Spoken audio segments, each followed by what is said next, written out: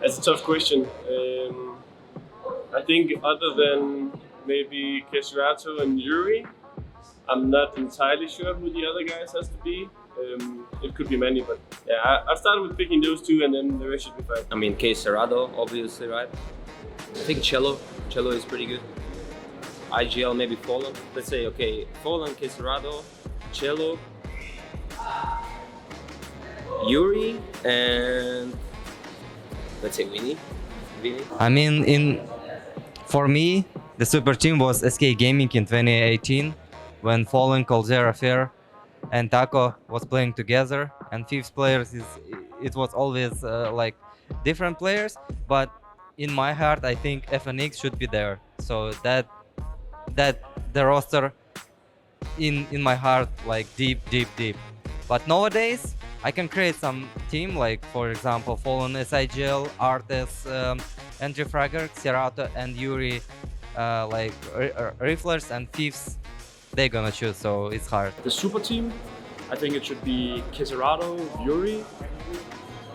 I think it should be, can I say prime players, or do you want like actual players now?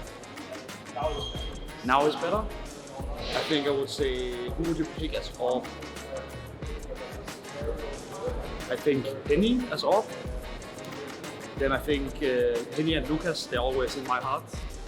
And then who should the last player be? Yuri, Keserato, and then an in-game leader. And I would say Art. That's hard, because right now, especially the Orbos, there's so many new young talents, but there's always going to be Fallen, right? And I mean, I don't think you can make a super team without Fallen, or even try the last dance again, you know, with the old SK Prime lineup, you know. Fallen, Fur, Coldzera, Taco, like FNX. I kind of want to see those guys play together again, like all five of them. That would be fun. I think it's tough right now to pinpoint five players. I think the Brazilian scene is in a stage of a generation shift, I would say. Some of the old players have been there for a long time, achieved a lot, but it's also about giving room for some of the new guys. But I think I would definitely take some players from Furia. But I also think there are some exciting players. I was actually quite impressed when I looked at MIBR and Turtle, his way of being an anchor, both on ramp and also on Inferno. I think there's a lot of exciting players in the future for Brazil.